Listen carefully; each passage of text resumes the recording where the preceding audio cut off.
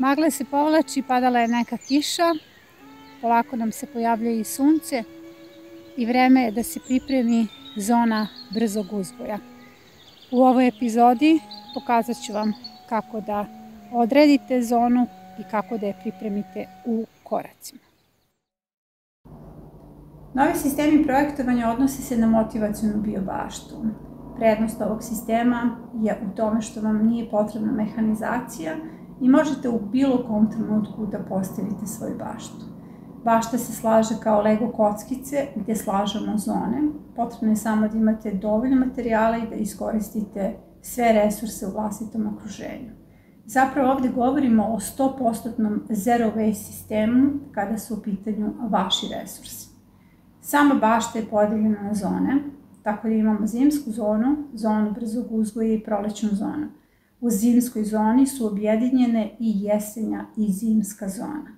Ove zone su zapravo motivacione tehnike, jer motivacijono baštomanstvo vas uči umetnosti voljenja, praktične ostvarenosti, ali i fokusu na sadašnji trenutak, jer verujte mi da je to tehnika koja se vežba. Zone vas najbolje uče da se fokusirate, jer u ovom trenutku vas ne zanimaju ostale zone, već samo zimska zona. Zimska zona je u smislu praktične ostvarenosti zamišljena kao polica u marketu koja je puna hrane i zamišljena je da je mesto vaše ishrane, mesto gdje ćete doći i brati pune korpe hrane. Zato će same gredice u okviru zimske zone da izgledaju kao ježevi na kojima se nalaze različite otporne kulture. Zimska zona raste i ona je sada predmet našeg interesovanja. Tu je sva energetska efikasnost poštovana. Tu su naše semena, kantice, tu se nalazi creva za zalivanje, tu hranimo isključivo zimsku zonu. Zimska zona raste i postaje samoodrživa. Tada, 1. marta, predmet našeg interesovanja postaje zona brzog uzgoja. Tada preusmeravamo svu svoju energiju na zonu brzog uzgoja i same gredice iz te zone bi trebalo da budu jako dobro koncipirane, jer su pre svega zamišljene kao ogromna količina hrane, ali i mesto gdje ćemo proizvesti sadni materijal za prolećnu zonu. Tako da salate koje proizvedemo u zoni brzog uzgoja u jednom momentu prenosimo u prolećnu zonu, tako da na taj način povezujemo sisteme. Zona brzog uzgoja je jedan motivacioni trik. A tu imamo dinamiku 7 koja je obavezna. Na taj način učite komparativno kako se razlikuju biljke, kakva je njihova razlika u dužini vegetacije, kakva je njihova upotreba u samoj biobašti, jer nije sve hrana, nešto je sistem zaštite, a nešto je hrana i za naše biljke i samo tlo. I ono je vrlo važan motivacioni trik. Svi smo zaboravili da u prirodi postoji period gladi, a mi smo zaboravili jer imamo markete koji su uvek puni hrane. Nakon perioda gladi, kada imamo zone brzog uzgoja koje buknu sa velikom količinom hrane, mi osjećamo tu duboku zahvalnost. Nećete verovati kao što se vežba fokus na sadašnji trenutak, tako se vežba i zahvalnost.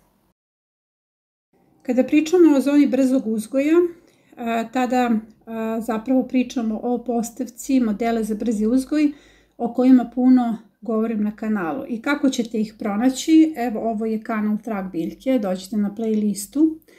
Na playlisti tražite više podataka i dobijete upravo playlistu svega onoga što vas ovdje zanima. Dolazite do modela za brzi uzgoj. Modeli za brzi uzgoj su ono što vas trenutno zanima. Kliknete na modele za brzi uzgoj, tu se otvaraju sve epizode u kojima govorim o sistemu kombinovanja biljaka na osnovu 3 sistema mešovite sadnje, afinitet rasta, dužina vegetacije i plodored.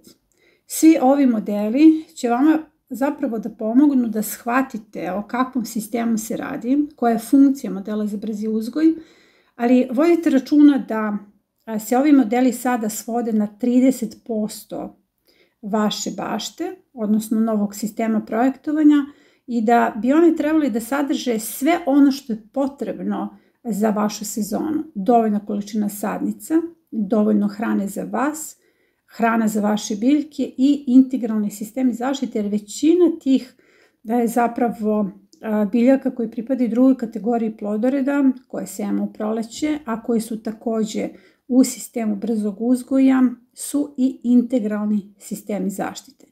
Tako da sve ovo ovde možete da pogledate, biste razumeli o čemu ja govorim, a zapravo moji modeli za brzi uzgoj koji ulaze u sistem projektovanja motivacione biobašte se ne nalaze ovde.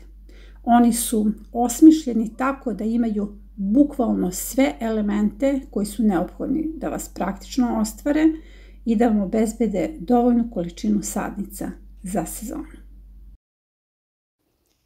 Naravno, danas je 12. novembar, imamo berbu u bašti i ono što je prednost no-dig sistema i permamodela jeste što imate kontinuiranu berbu i stalno o tome govorim. Svaka vaša gredica treba da bude kao neka polica u marketu gde vas čeka hrana. Vidite kako je lep kelj, zvaćemo ga Slavko. Izdržao je zaista velike najezde. Evo, za mesec dana jedna velika lepa glavica. Ponovo berba rotkvica, ovdje će biti ta berba u turnusima u narednih mesec dana i svaki put šaka rotkvica, odnosno jedna teglica koju mogu da ukiselim. To je to, jesen je blagodarno, pogledajte kako kupusarice uživaju. To je neverovatno, one su dočekale upravo svoje vreme. Rotkvice sejemo u rano proleće zbog sebe, zbog integralnog sistema zaštite, zbog toga što ulaze u pripremu tekućih biljnih đubriva i zbog toga što su one pokazatelj stanja u tlu i naravno neki deo toga i pojedemo. Ali zapravo njihovo vreme je jesen, kao što je jesen vreme spanaća i rukole, tako da tek sada imamo odličan uspeh u njihovom uzgoju, odnosno ovo je vaš popravni. Krazeluk u zimskoj zoni. Vidite kako dobro napreduje. On je samo ubačen u gnezda. Odlično se deblja ovaj beli deo. Još uvijek je neophodno šišati ga, zato što je on mali. Ali jako sam zadovoljna, samo je ubačen u gnezda i jako sam zadovoljna njegovim napredovanjem. Ovdje imam još malo spanaća, sačekat ću da poraste, berba salate, naravno uvek izdašni kovrđavi sibirski kelj. Njih zaista treba imati puno u bašti, zato što koliko god berete njihove listove, toliko on više raste. Imam već prilično hrane, malu tikvicu za supu i 3 vrste salata. Jako se srećem zbog salata, zaista, jer njih puno tretiraju i ovo je značajna šaka otpora. Hoću da vidite kako napreduje kupus. Evo ga. Uskoro ga i beremo. Još uvek berem paprike u bašti, naravno to su one posljednje. Ali evo, imam paprike, imam mladi luk, ispod imam paradajz. Da, sataraš 12. novembra iz svoje bašte. Ovo je milja, a ovo je krompir koji je ubačen u avgustu. U pitanju su krompir grmovi na travi. Pogledajte epizodu kako se pravi, evo ušla je milja ovdje, ali evo imam mlade krompiriće. Sada ću sve da izvadim, a prvo moram da izvučem milju. Dakle, u avgustu izbačeni, pogledajte epizodu, krompir grmovi na travi. Imala sam odlične rezultate, ali ovo je avgustovska sadnja. Imala sam sadnicu, ona nešto jede. Odlično. Biće za supu. Istri, krompir grma na travi. Evo, ovo je količina mladog krompira. Mislim, raznovrstan je. Žuti, roze i plavi. I jako sam srećna što imamo mladi krompir sada. I to će biti moj obrok. Milja. A ono je tamo lovac Pavle. Kada ste u berbi, u svojoj bašti, budite praktični, odnosno mudri. Berite ono što ne može dalje da raste. Vidite, ova je glavica kupusa koja je tvrda i neće dalje rasti. Za razliku od one prethodne, tako da ću nju obrati. A također nemojte da berete prazluk ako baš ne morate. Ostavite prazluk za ono baš kad je zima, kad padne sneg. Tako da za kuvanje koristite ili samo nikle lukove ili ono što ste ubacili. Jer ko je pratio kanal, on već ima puno mladog luka u svojoj bašti. Jer je cilj da imamo mladi luk u kontinuitetu. Evo ja ću sad ovu glavicu da skinem. Naravno ona ima i puževe. Ovaj koren neće ostati ovdje, može da uđe u sastav permamodela, on ne može da ostane u zemlji. I imam obrok.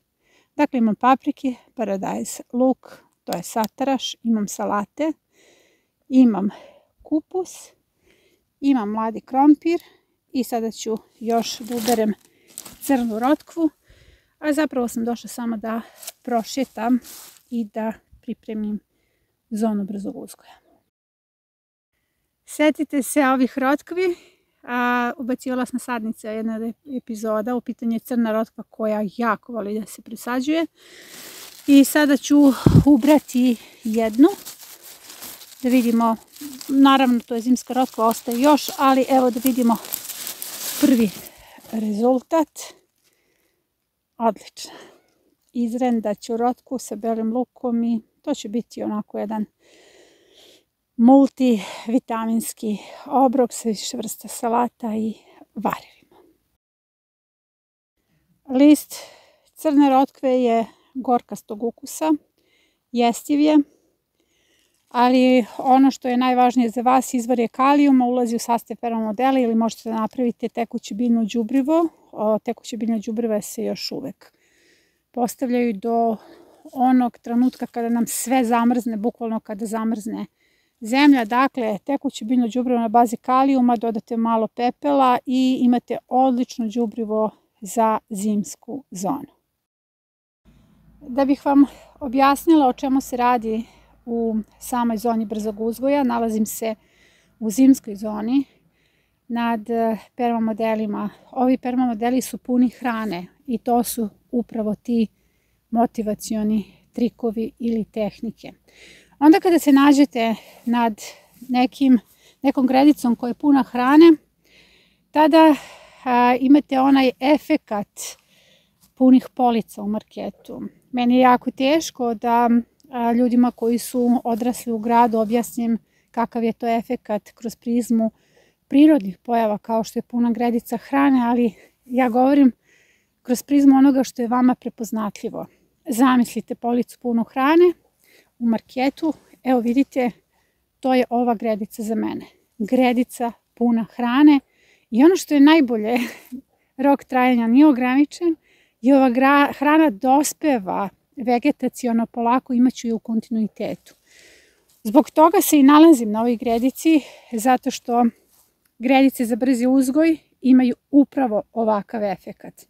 Zbog dinamike 7 koja je na njima, odnosno guste setve na svakih 10 do 15 cm, biljke rastu gusto, imate jednu veliku biljnu masu. Razlika kada je u pitanju kombinacija biljaka, odnosno vrsti u okviru zone brzog uzgoja, tu govorimo o razlici u dužini vegetacije, afinitetu rasta i plodoredu, ali upravo ta razlika nam obezbeđuje da imamo berbu u turnusima, tako da tu beremo veliku količinu hrane, ali ne samo veliku količinu hrane, već je potrebno da obezbedimo i puno sadnica. Vidite kako su puni hrane ovi permamodeli u zimskoj zoni, Naravno tu ima i trave, ali trava mi je potrebna da ih nadogradim. Ovdje imam puno lukova za berbu, zatim salate, a pogledajte ovu. Ovo je ta rasprskavajuća sadnja o kojoj sam pričala u jednoj od epizoda gdje imamo zaista svega. I kupusarice, i rotkve, cvekle, salate. Upravo taj efekat želim da postignem u zoni brzog uzgoja. U prirodi postoji period gladi. Taj period gladi nama nije poznat. Mi smo navikli da živimo s marketima u kojima možete da kupite i jagode usred zime. Naravno, to nije dobro zato što nas to ne uči zahvalnosti. Upravo period gladi nakon zime izaziva taj osjećaj zahvalnosti, jer na proleće se radujemo svakoj biljci, svakoj klici. I ovdje je vrlo bitno da će zona brzog uzgoja, koja u sebi ima izbor sorti za brzu vegetaciju, odnosno za brzi uzgoj, upravo ona za vrlo kratko vreme da kod nas izazove osjećaj punih skladišta, punih polica u marketima i osjećaj duboke zahvalnosti. Kao što sam rekla, zahvalnost se vežba. 12. novembar, berem paradajz. Sve epizode unazad mjesec dana odnose se na program koji je potrebno pratiti ukoliko želite da postavite svoju motivacionu biobaštu. Potrebno je i da pratite program. Tako da sam u jednoj od epizoda izabrala svoje gredice za brzi uzgoj i tu sam vam dala konkretne savjete. Zemlja na tim gredicama bi trebala da bude prijemčiva za obradu, zato što na ovoj zoni su jedini zemljani radovi. Kad kažem zemljani, dakle, tu nećemo raditi pervamodele. Ovo je moj izbor. Ovdje ću postaviti 3 gredice za brzi uzgoj. Zona brzog uzgoja uvek treba da bude grupisana. Nju možete da smestite i u prolećnu zonu ili pored zimske zone, ali to će biti vaša zona efikasnosti u rano proleće, jer setva ovdje počinje od 1. marta. Kao što vidite, ja sam ovdje skinula mrežu, to sam pokazivala na jednoj od prethodnih epizoda. Pustila sam da sve to zatravim i pokrila sam svim materijalima koji su bili, odnosno to je taj organski otpad, organski materijali koji su bili na toj gredici. Ali ti organski materijali zapravo neće ostati na toj gredici, već mi je to neophodno za dalje uslojavanje prolećne zone, jer lagano obaram sve ono što je bilo na ovom delu prolećne zone. Prolećna zona je zapravo najšira zona u bašti. Ovdje mi je potrebna očišćena gredica. I sada ćemo raditi u koracima. Dakle, korak 1, da očistite ovaj prostor. Kao što vidite, ja sam to prilično raščistila. Izdvojila sam staze, koristim makaze, možete da upotrebite srp, kosu, šta god vam je lakše. Evo, ovaj deo još uvijek nisam sasvim sredila, jer je pre svega bitno da sada uredite ovaj prostor, da se izdvoje staze, jer to je to. Neće nam više trava ni rasti na ovom prostoru. Ovdje, dok uređujem ovaj prostor, evo kao što vidite, režem makazama i sklanjam na one permamodele svu travu. Dakle, za početak smo pustili da sve ovo zatravi kako bi nam same gredice proizvele što više materijala za uslojavanje prolećne zone permamodela. I sada su one dale dovoljnu količinu materijala i potrebno je da njih sredimo. Ali evo, dok sređujem ovdje makazama ovaj prostor, dakle potrebno je da se oiviče staze da dođete do zemlje. Ispričat ću vam nešto lepo. Juče sam imala konsultacije sa jednom divnom baštovankom. Sama prva regionalna baštinska zajednica koja davno već nije region, već 11 zemalja i 2 kontinenta. To je Aleksandra Jančić iz Kikinde i ovom prilikom želim nešto jako lepo da podelim s vama. Pričala mi o svojoj ljubavi prema bubama, konkretno stenicama. I onako kako je ona pričala o stenicama koje su divne, pristojne i koje jedu samo ono što je za njih odvojeno i kako ne voli kad neko uđe u njenu baštu da uznemirava njene bube, jer njene bube nju slušaju i prepoznaje njihove kolonije, prepoznaje njihovo ponašanje i mislim da napokon imamo baštovanku koja je na dobrom putu da pripitomi stenice. Dok se me slušao, ja sam se sve vreme smejala, tako da, eto, Aleksandra Jančić iz Kikinde, divna osoba koja je shvatila da jedna biobašta treba da ima miroljubivu energiju i da baš svi možemo fino da se složimo ako se prepoznajemo.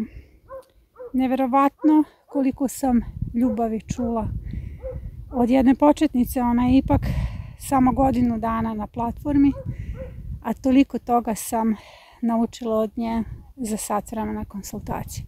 Hvala ti, Aleksandra, na tome. I hvala ti što naprosto sve ovo ima smisla dok je takvih mladih ljudi i početnika. Iz ove pozicije se najbolje vidi kako sam sredila zonu brzog uzgoja. Pogledajte kako sam uredila staze, koristila sam isključivo makaze. Skratila sam travu s jedne i sa druge strane. Ako se vratite na kadar ispred, vidjet ćete kako je ovdje bilo puno organske mase i svuda okolo je bila trava.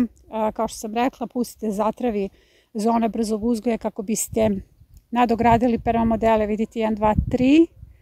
To su permamodeli na koje sam prebacila, evo još uvijek vire moje vile, prebacila sav organski otpad koji se nalazi ovdje. I sada sam dobila čistu poziciju.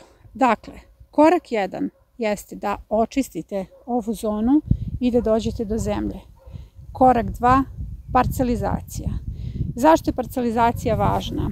Zbog toga što u toku sezone, bez obzira što već imate svoj projekat, već određenu parcelizaciju, u toku sezone često ove širine skratite na nekih metar, 1,10 m, nekada ih i proširite, a šabloni za brzi uzgoj su urađeni na širinu 1,20 m. Dakle, obavezna je širina 1,20 m i upravo od pripreme za ovaj brzog uzgoja zavisi da li će vam stati dinamika 7. S obzirom da sam autor modela za brzi uzgoj, zato i postoje šabloni. Na osnovu tih šablona se može postaviti ovdje dinamika 7.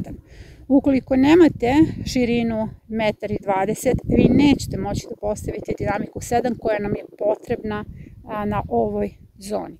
Dakle, sada je potrebno da ponovo premerim širine i uradim parcelizaciju i to bi bio korak 2. Mačke se igraju. Da, njima su ove kupusarice baš prava zona. Ja se pitam ko mi stalno ruši klupu. Naredni korak je da postavite đubrivo. S obzirom da ovdje imamo zaista jednu dinamiku setve, potrebno je dobro nađubrite. Bez obzira što se radi uglavnom o drugoj kategoriji plodoreda, kasnije imamo smenu kultura koja može da bude i treća kategorija, negde i prva. Jako je bitno da dobro nađubrite jer imamo dinamiku 7. Bez obzira što sam ove permamodele na kojima postavljam zonu brzog uzgoja već đubrila prošle sezone, a permamodeli se đubre jednom u 3 godine. Ovo je sada sasvim drugačija situacija. Imamo, kao što sam rekla, dinamiku 7 i potrebno je da stavite bilo koji stajnjak, ovčji, kravlji ili kozi, konjski, šta god, ptiči, ili da koristite granulirano paletirani đubrivo, odnosno paletirani stajnjak koji se može kupiti u poljoprivrednim apotekama. Ja ovdje koristim ovčji stajnjak i na gredicu 1,20 m širine, 3 m dužine ide 10 lopata. Inače, postoji u učionici tabela, potrudit ću se da vam je snimim, gde se tačno imate količinu stajnjaka na jednu školsku dužinu gredice 1,20 m puta 4, ili će to naš tim, Sanja i Jan Rakić, da postave tokom montaže. Dakle, postoji tabela koja vam ukazuje, ona se nalazi u čitaonici i ona je dostupna Prvoj regionalnoj baštinskoj zajednici i tu vam jasno stoje podaci koliko čega treba da stavite na školski primer gredice i o tome ćete nešto vidjeti u samoj tabeli. Dakle, sada kada sam postavila ovo đubrivo, potrebno je da se uradi obrada gredice, to vam je naredni korak. Obradu radite ili vilama za prozračivanje, pogledajte, epizoda postoji na YouTube kanalu kako to radim vilama za prozračivanje, ili motikom. Potpuno je svejedno, prvih 10 cm se obrađuje, gde je potrebno da i ovo đubrivo ukomponujete sa prvih 10 cm tla. Prilično sam zadihana zato što brzo radim, jer pada mrak. Evo, ja sam pripremila jednu, trebalo mi je nekih 10 minuta, ali podsjećam vas, ovdje su bili permamodeli, dakle vama koji radite na ledini treba ašov, treba to da izašovite, a o tome pričamo na individualnim konsultacijama. Dakle, ja sam u prvih 10 cm tla pomiješala đubrivo i zemlju i sada je ova gredica spremna.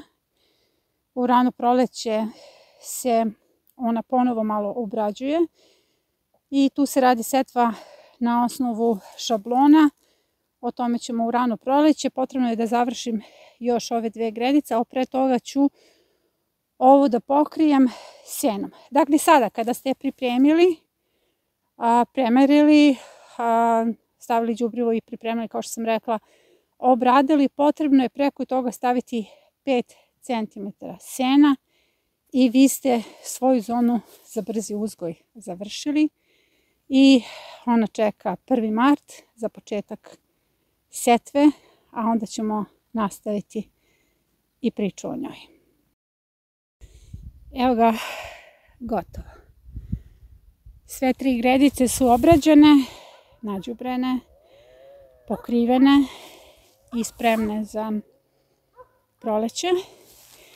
Sada ove kolce, ove male kočiće mogu da skinem i ove špage, ali će ostati kako bih kontrolisala koja tu širina zaista i treba da bude.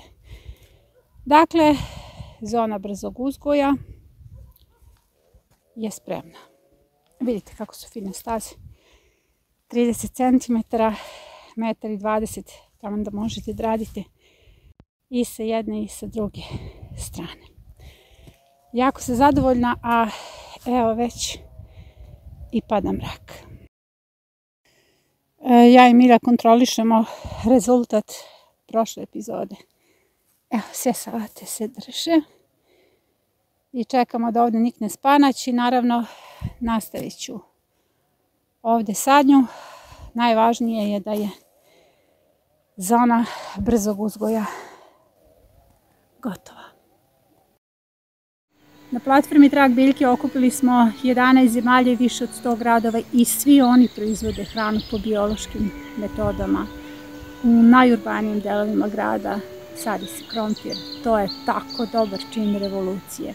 Postanite i vi najradikalniji čin otpora. Pozivam vas na neagresivnu građansku neposlušnost. Pozivam vas na baštovanstvo kao platformu kojom se menja planeta. Zapratite kanal.